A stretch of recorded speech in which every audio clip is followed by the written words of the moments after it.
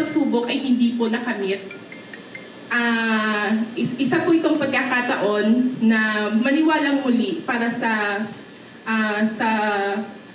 maniwalang muli at sububok uli.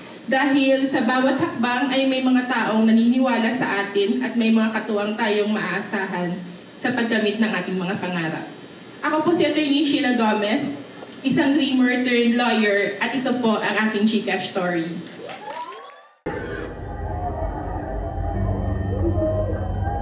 Minsan, may mga pangarap na hindi natutupad.